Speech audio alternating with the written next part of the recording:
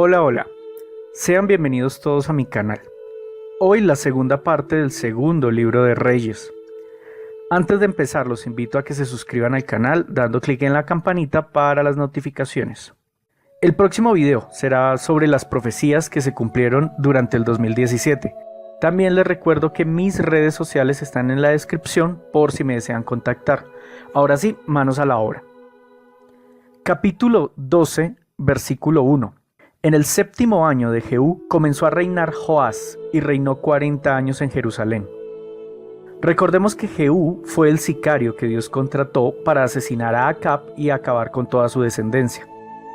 Que como compensación Dios le dio permiso de gobernar a su amado pueblo por 4 generaciones. Pero aquí surgen varios conflictos.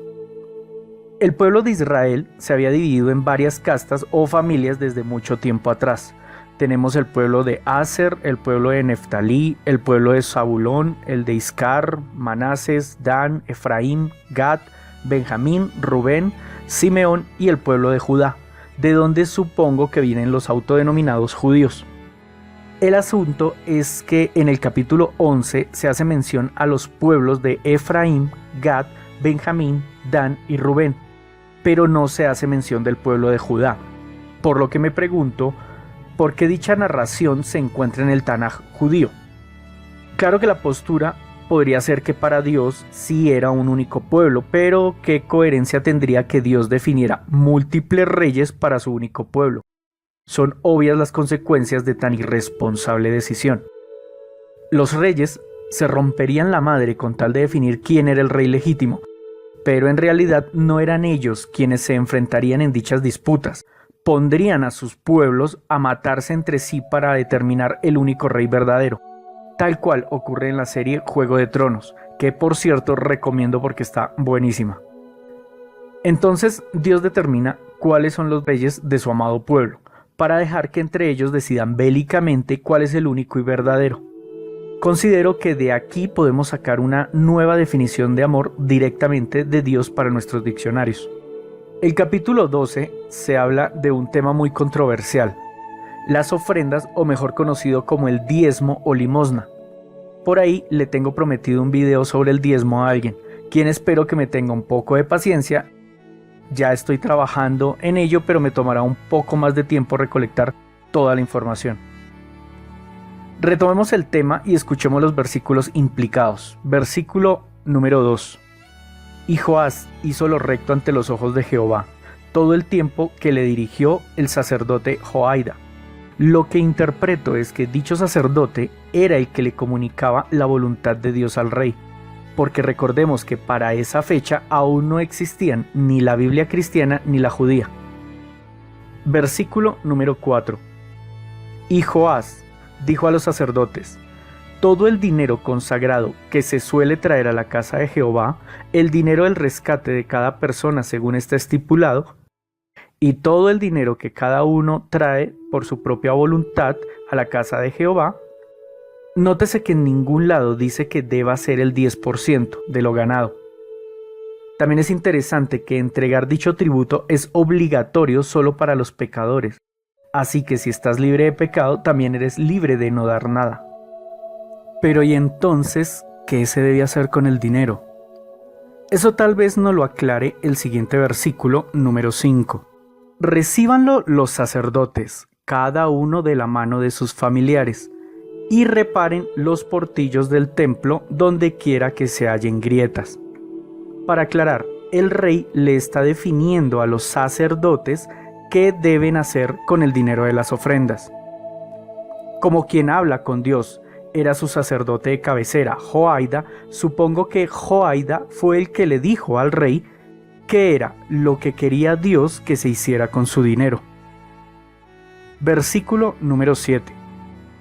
Llamó entonces el rey Joás al sumo sacerdote Joaida y a los sacerdotes, y les dijo: ¿por qué no reparáis las grietas del templo? Ahora pues no toméis más el dinero de vuestros familiares, sino dadlo para reparar las grietas del templo. ¿Cómo así? Dios le da el poder de conocer su voluntad a Joaida, para que se la comunique al rey, pero el mismo Joaida no cumple. queda entredicho el buen criterio de Dios para escoger a sus profetas. Yo sabía que los pastores y sacerdotes son ladrones, pero no sabía desde hace cuánto tiempo. Parece que llevan casi 3 milenios en el arte de la estafa. ¿O será prevaricato? No sé, es confuso. Versículo número 8. Y los sacerdotes consintieron en no tomar más el dinero del pueblo, ni tener el cargo de reparar las grietas del templo. Esto es para esos obispos con sueldo estatal y para los pastores que toman el dinero de los diezmos para uso personal. La Sagrada Biblia, único documento perfecto, por ser infundido por el mismísimo Dios a sus escogidos, afirma que los jerarcas de la Iglesia no deberían hacerse a esos dineros. ¿Pero acaso Dios olvidó contarnos cómo se debería administrar su dinero? Pues no, lo dejó bien clarito en el versículo número 9. Mas el sumo sacerdote, Joiada, tomó un arca e hizo en la tapa un agujero, y la puso junto al altar, a la mano derecha, así que se entra en el templo de Jehová. Y los sacerdotes que guardaban la puerta ponían allí todo el dinero que se traía a la casa de Jehová, y cuando veían que había mucho dinero en el arca, venía el secretario del rey y el sumo sacerdote y contaban el dinero que hallaban en el templo de Jehová, y lo guardaban, y daban el dinero suficiente a los que hacían la obra y a los que tenían a su cargo la casa de Jehová. Me parece que lo dice muy clarito, que todo el dinero se consigna en un lugar seguro, para solo ser extraído y contado por un representante de la Iglesia junto a un representante del Estado, y entre ellos definir cuánto es el dinero justo para los encargados de dicha Iglesia y el resto es guardado. ¿Alguien con alguna duda? Pues remítanse al pastor o sacerdote más cercano, porque a mí no me quedó ninguna. Todo me queda bastante claro. Versículo número 13. Mas de aquel dinero que se traía a la casa de Jehová, no se hacían tazas de plata, ni despabiladeras, ni jofainas, ni trompetas, ni ningún otro utensilio de oro ni de plata, porque lo daban a los que hacían la obra, y con él reparaban la casa de Jehová. ¿Será posible que en el Vaticano nadie haya leído su propia Biblia? Lo digo porque la religión más ostentosa siempre ha sido la católica, y ahora resulta que en su sagrado libro dice explícitamente que el dinero recogido no es para hacer pendejadas de oro. Supongo que tampoco para desperdiciarlo con atuendos estrafalarios y costosos. Ahora, que desperdiciarlo en obras de arte, no creo que eso haga muy feliz a Dios. En lo que sí me queda la duda es si Dios todo lo sabe, sabía en la época que inspiraba las lecturas de su Biblia, que en un cierto momento los pastores llegarían a gastar el dinero de Dios en aviones, mansiones, autos de lujo, vacaciones en Europa, ropa de diseñador, prostitutas, alcohol. ¿Por qué Dios no dejó restricciones específicas para esta malversación de fondos? En fin, para continuar, es cierto que no se especifica qué se debe hacer con los dineros que sobran, pero hay que tener en consideración que dichos dineros quedan en potestad de la Iglesia junto con el Estado. Ahora, que si un grupo de personas están necesitando un acueducto, elemento necesario para la salud pública, ¿será que Dios se ofende si el dinero para construirlo sale de dichos dineros sobrantes? En lo personal, si yo fuese Dios, ese dinero no me serviría para absolutamente nada. Ahora, que mis hijos queridos mejoran su vida con esos recursos, no veo por qué no usarlos. Versículo número 15.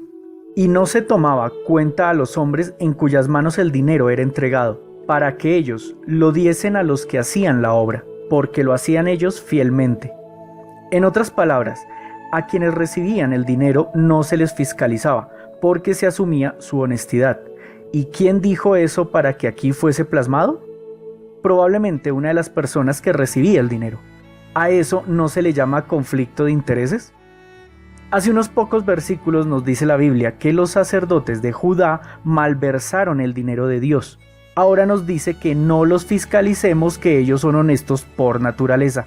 A eso yo lo llamo contradicción, o error, o mentira, o incongruencia en la Biblia. Pero la contradicción, mentira o error no para ahí.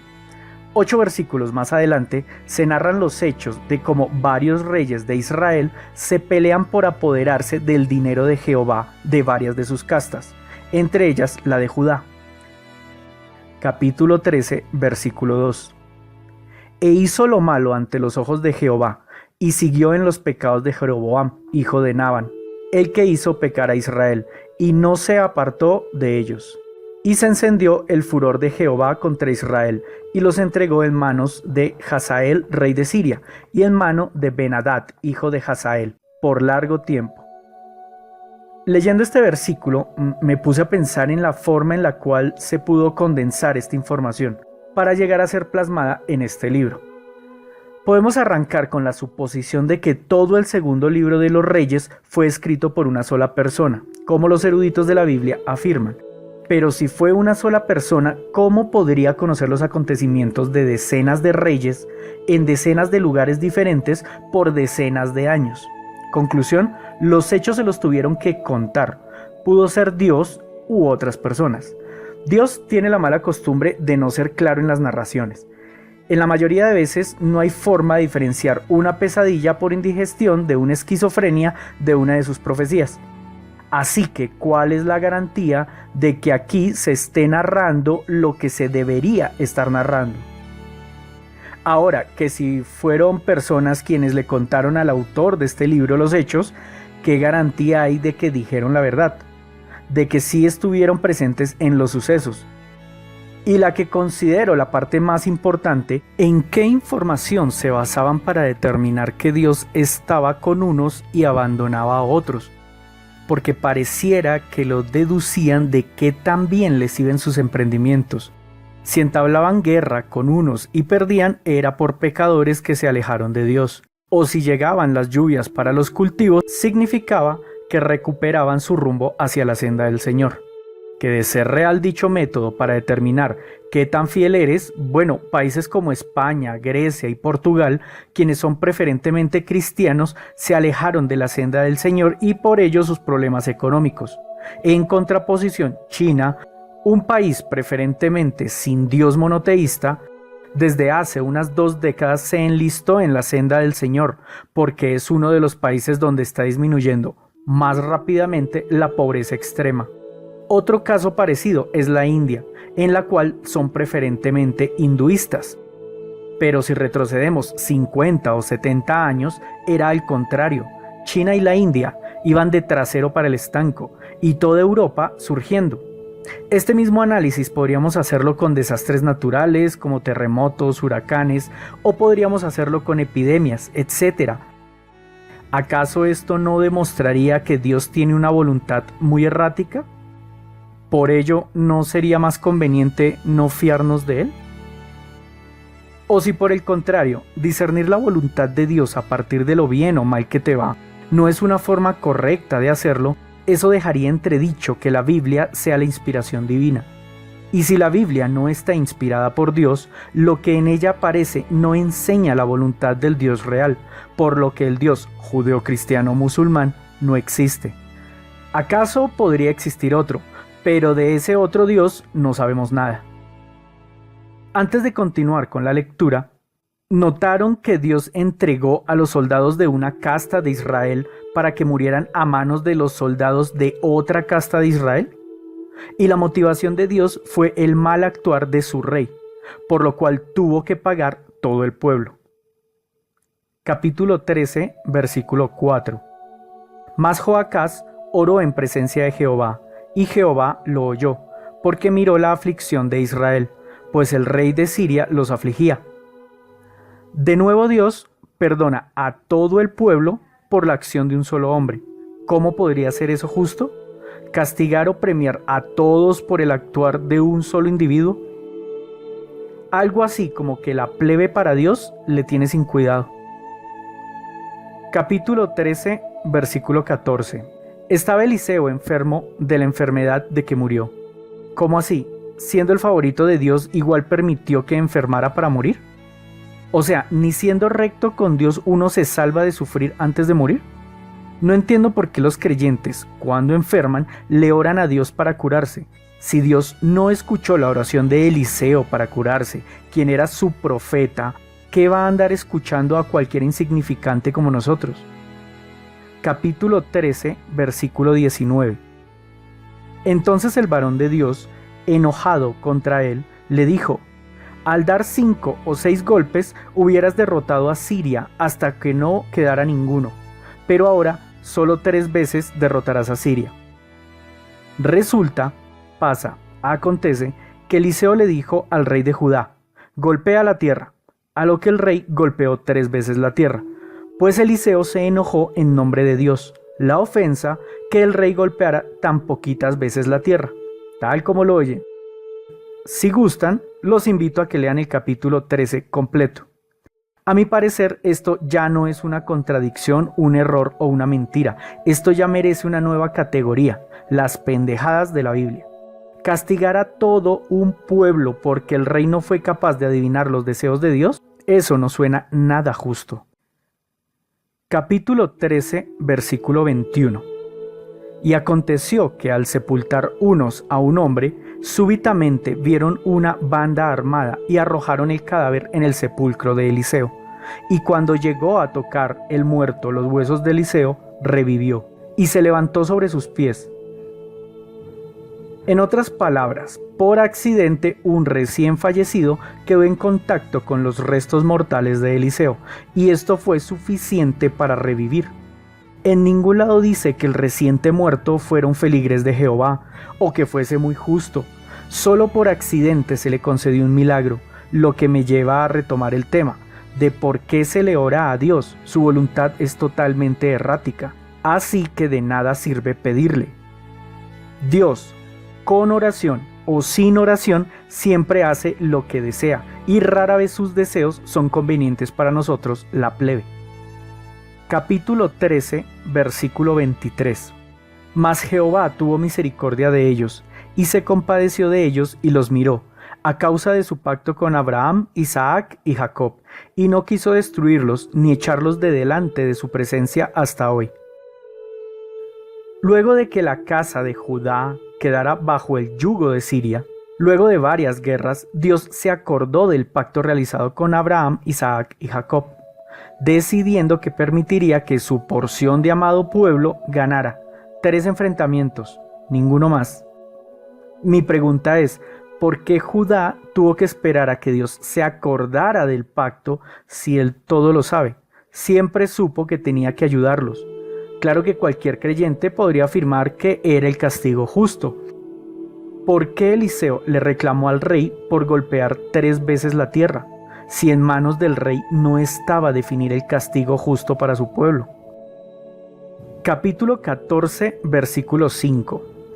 Y cuando hubo afirmado en sus manos el reino, mató a los siervos que había dado muerte al rey de su padre, pero no mató a los hijos de los que le dieron muerte, conforme a lo que está escrito en el libro de la ley de Moisés, donde Jehová mandó diciendo: no matarán a los padres por los hijos, ni a los hijos por los padres, sino que cada uno morirá por su propio pecado.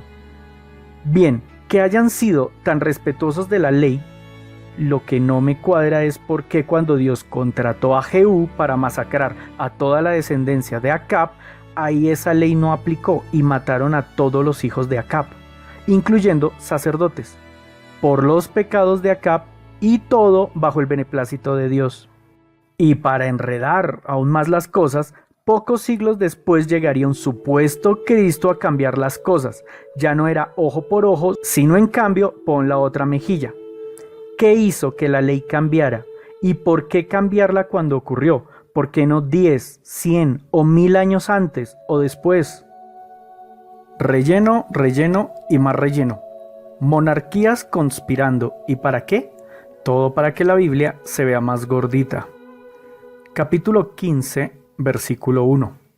En el año 27 de Jeroboam, rey de Israel, comenzó a reinar Azarías, hijo de Amasías, rey de Judá. Yo me acabo de perder. ¿No se supone que Judá es un pedazo del pueblo de Israel? Porque si en efecto eran 2 pueblos aparte, Dios ha insistido que su pueblo es Israel, y por ende el país hoy llamado Israel debería llamarse o Judaismolandia o por lo menos Judá, lo que también implicaría que los judíos puede que se hayan equivocado de Dios. Versículo número 2. Cuando comenzó a reinar era de 16 años y 52 años reinó en Jerusalén. Yo critico mucho a los políticos que nos gobiernan porque su capacitación es en hacerse elegir. Sus competencias no tienen nada que ver con saber gobernar, pero que Dios escogiera a un niño de 16 años para gobernar su amado pueblo pone nuevo nivel en la escala de incompetencia para sustentar el poder. Versículo número 3. E hizo lo recto ante los ojos de Jehová, mas Jehová hirió al rey con lepra y estuvo leproso hasta el día de su muerte. Por un instante fingiré que Jehová es real, al igual que su Biblia. Tomó un niño de 16 años y lo convirtió en rey. Como rey hizo lo que Jehová quería, y de premio Dios le pegó la lepra. Siendo tan tonto Dios de dejar consignada dicha decisión tan aberrante para comunicarla a sus feligreses en el futuro, los cuales son doblemente tontos que teniéndola escrita en su libro sagrado nunca la leen para ver lo obvio. Dios no puede ser justo, porque el concepto de justicia en él está aberrado con respecto al de nosotros, y viceversa. Nuestro concepto de justicia debe de estar aberrado para los ojos de Dios. Capítulo 15, versículo 15. Los demás hechos de Salum y la conspiración que tramó, he aquí que están escritos en el libro de las crónicas de los reyes de Israel. Los libros de crónicas son posteriores a los dos libros de reyes, según el orden de la Biblia, lo que me hace formularme preguntas como por ejemplo, si los libros están en correcta cronología, ¿cómo es que un libro anterior hace referencia a un libro posterior? Solo sería posible si juntos libros los escribió el mismo autor, pero ¿por qué escribir un pedazo de la historia en un libro y saltarse al otro, teniendo que regresar al primero a continuar leyendo? Otra opción es que hayan sido escritos al tiempo por sus dos autores. Pero ¿por qué Dios le contaría la mitad de la historia a uno y la otra mitad a otro? Con el agravante que le contó media historia de decenas de reyes a un autor para contarle la otra mitad de la historia de las mismas decenas de reyes a otro autor. Otra opción es que el orden de los libros esté trucado, pero eso abre la posibilidad de que otros libros estén en el orden incorrecto. Por ejemplo, ¿qué pasaría si en el Nuevo Testamento el Apocalipsis fuera realmente el quinto libro? Eso implicaría que sus profecías ya ocurrieron, echando por tierra a todo el cristianismo. Capítulo 17, versículo 9. Y los hijos de Israel hicieron secretamente cosas no rectas contra Jehová su Dios, edificándose lugares altos en todas sus ciudades, desde las torres de las atalayas hasta las ciudades fortificadas.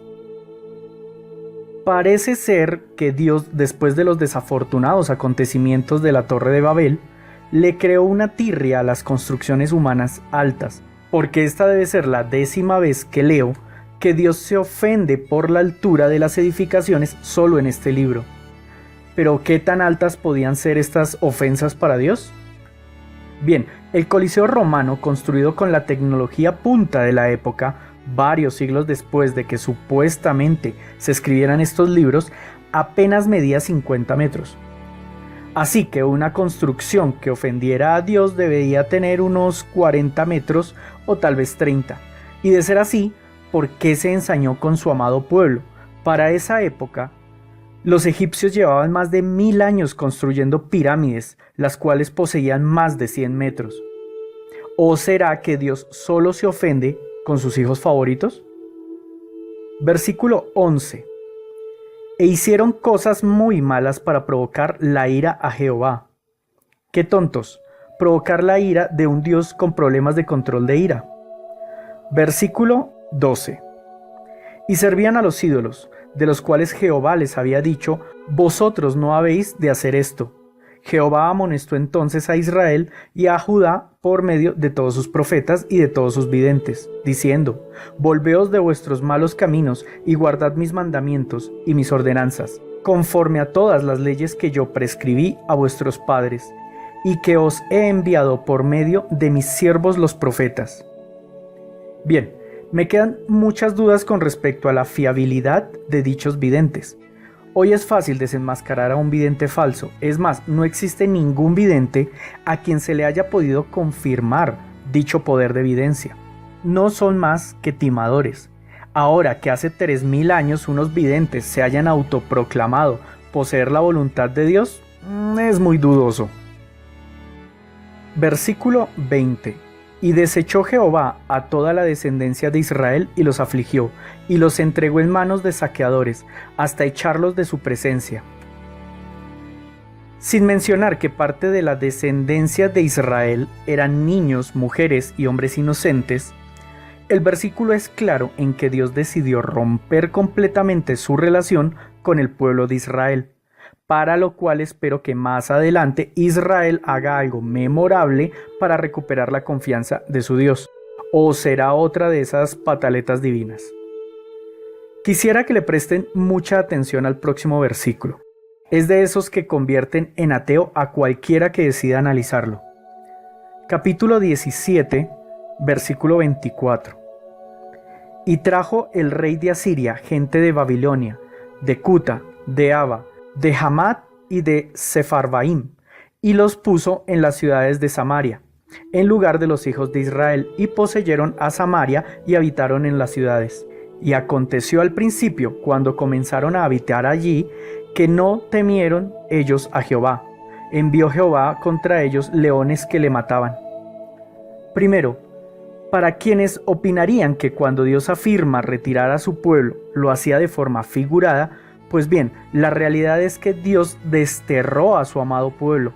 Pero ¿a dónde destierra Dios a unas personas que ya no quiere ver, si se supone que el Dios judeocristiano musulmán se encuentra en todo lugar al tiempo? Segundo, Dios permitió que foráneos a su pueblo habitaran las casas de su amado pueblo, pero al no seguir sus reglas, los castigó con leones para que se los comieran. La pregunta es: ¿dónde los foráneos habitaban antes de llegar a la presencia de Dios? Aunque se supone que siempre han estado en su presencia. Pero bueno, ¿dónde estaban antes si seguían sus mandamientos? ¿O allí también los tenía sitiados con leones? Porque parecería que las leyes de Dios solo funcionan dentro de una frontera, que de ser así, judíos, cristianos y musulmanes a preparar el pasaporte y migrar a Israel, porque fuera de aquel territorio no están logrando nada. Tercero, castigar con fieras, comiendo gente, pueda que funcione como castigo grupal, pero al verlo individualmente es muy injusto con las víctimas, ya que éstas están pagando por los pecados de todos. Ahora, que si Dios no es omnipresente, no es justo, no es amoroso, pues dicho Dios nos está mintiendo y no es el Dios judeocristiano musulmán. Capítulo 17, versículo 35.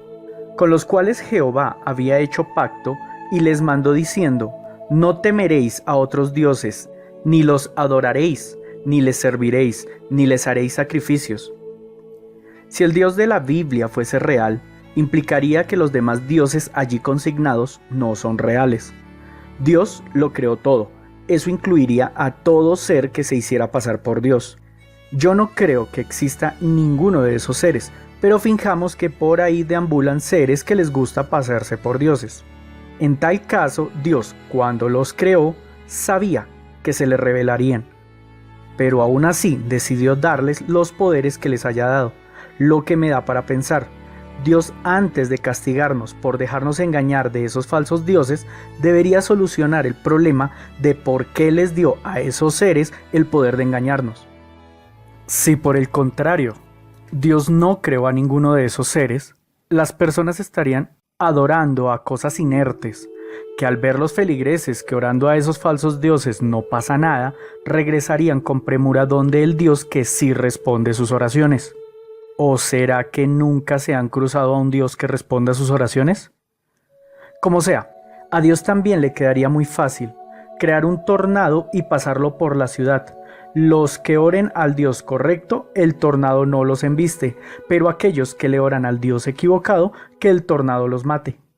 Así Dios se evita dar pruebas de su existencia, se evita estar mandando profetas para que los convenza y se evita castigar a los infieles con muerte, ya que estos infieles ya estarían muertos. Con este método, Dios lograría en menos de una generación que todo su pueblo esté marchando a su ritmo. Capítulo 18, versículo 1.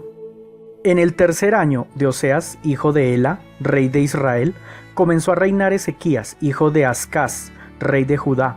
Hizo lo recto ante los ojos de Jehová, conforme a todas las cosas que había hecho David su padre. ¿Cómo así? Dios desterró a todo el pueblo de Israel en el capítulo anterior, pero el nuevo rey es descendiente de David. ¿Esto no viene a ser una incongruencia? Salvo que Dios desterrara a todo el pueblo menos a los gobernantes, habiendo desterrado a todo el pueblo por los pecados de sus gobernantes. Esto es muy loco, o simplemente a Dios le dio una rabieta pero ya se calmó. Unas cuantas personas perdieron la vida por dicha rabieta, pero ¿qué importancia puede tener para Dios? Más conspiraciones de monarquías para rellenar y rellenar, capítulos enteros de verborrea sin ningún fin. Todo para que la Biblia se vea aún más gordita. O de pronto a los escribas les pagaban por palabra. Capítulo 19, versículo 14.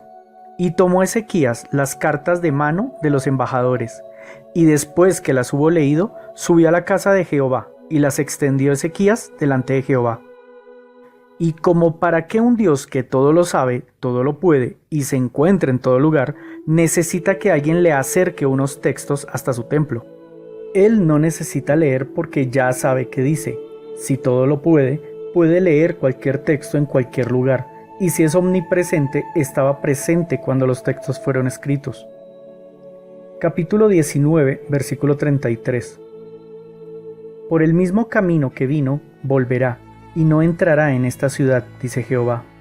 Porque yo amparé esta ciudad para salvarla, por amor a mí mismo y por amor a David mi siervo.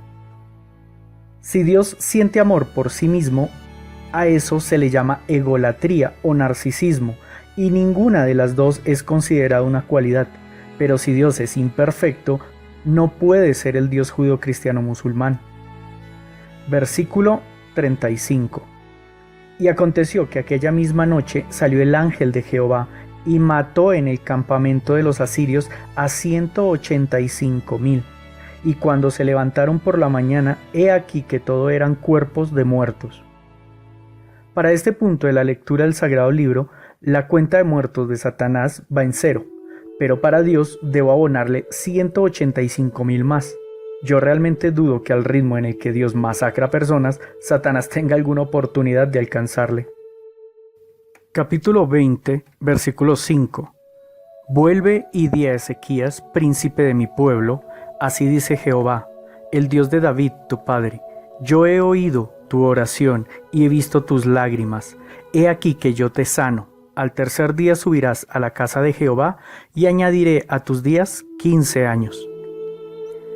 Ojo, importante, quien planee que Dios lo cure a punta de oración, recuerden incluir berrinche con mocos.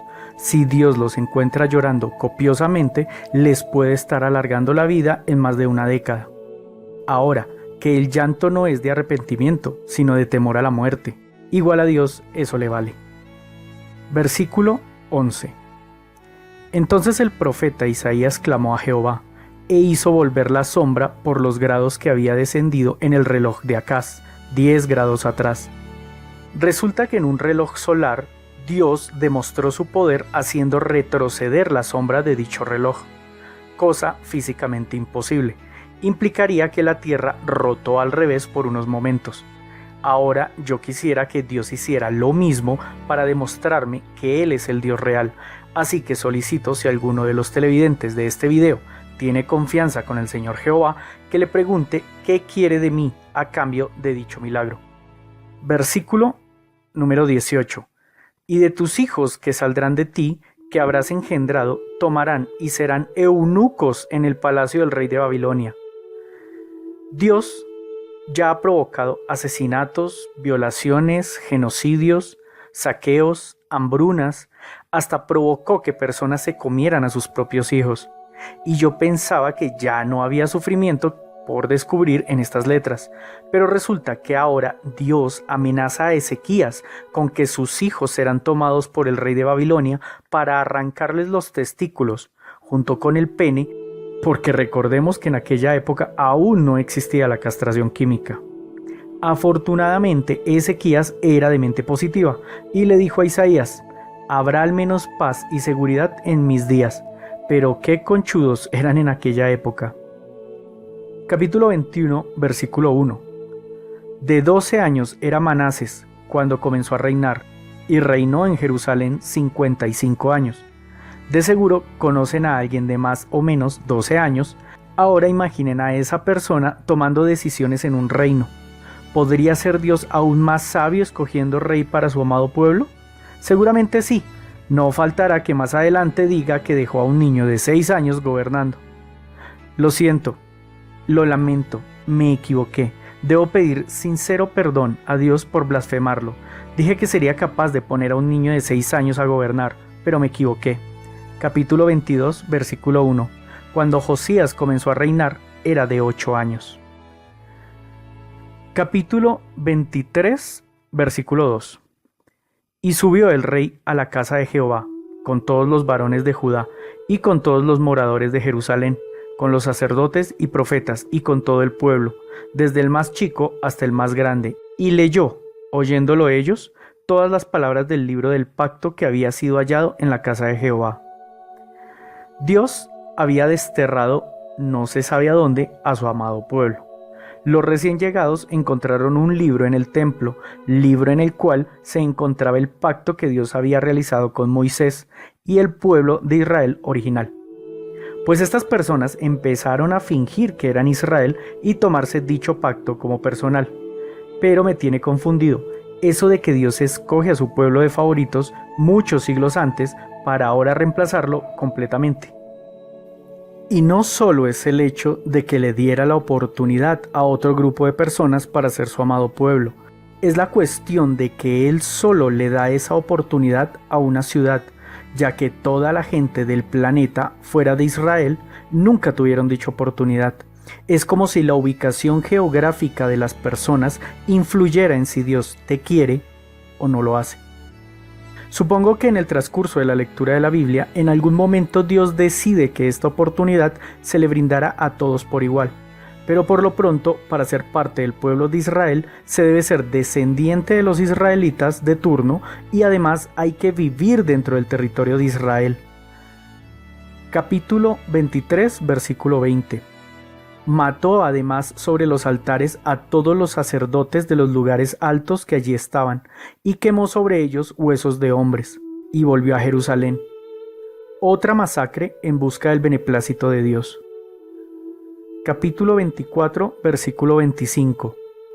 No hubo otro rey antes de él, que se convirtiese a Jehová de todo su corazón, de toda su alma y con todas sus fuerzas, conforme a toda la ley de Moisés. Ni después de él nació otro igual. Con todo eso, Jehová no desistió del ardor con el que su gran ira se había encendido contra Judá, por todas las provocaciones con que Manases le había irritado. Y dijo Jehová: también quitaré de mi presencia a Judá, como quité a Israel, y desecharé a esta ciudad que había escogido, a Jerusalén, y a la casa de la cual había yo dicho, mi nombre estará allí. En estos 4 versículos hay varias cosas interesantes. Primero, no existe un rey ni anterior ni posterior a este, que siguiera la ley de Dios más fielmente, pero a Dios no le bastó. Segundo, se especifica claramente que es el pacto con Moisés el que se debe seguir, lo que implica que en algún momento de la lectura, para los cristianos, el pacto se debe cambiar literalmente. Tercero, Dios desterró a los últimos de los israelitas originales. En este punto de la lectura no hay israelitas en Israel. Cuarto, Dios reconoce que su voluntad es con aquellas personas que cumplen las dos condiciones antes mencionadas: ser descendientes de israelitas y estar habitando la zona geográfica de Israel. Capítulo 24, versículo 20. Vino pues la ira de Jehová contra Jerusalén y Judá, hasta que los echó de su presencia. Bueno, esto fue todo por parte de este segundo libro de Reyes. Antes de acabar, dos consideraciones para el futuro. Aquí no existe el pueblo de Israel y aún no se menciona el cielo ni el juicio final, por lo que todos los muertos aquí mencionados deben estar en ninguna parte. Y todos murieron sin ser conscientes que algún día resucitarían para ser castigados o premiados eternamente. Gracias a todos por acompañarme hasta el final del video. Recuerden que si me quieren contactar, dejo las redes sociales en la descripción. Suscríbanse dándole clic a la campanita. El próximo video será de las profecías que se cumplieron durante el 2017 y estoy seguro que no se las quieren perder. Déjenme conocer sus opiniones en los comentarios, los leo absolutamente todos. No siendo más, hasta el próximo video. Chao, chao.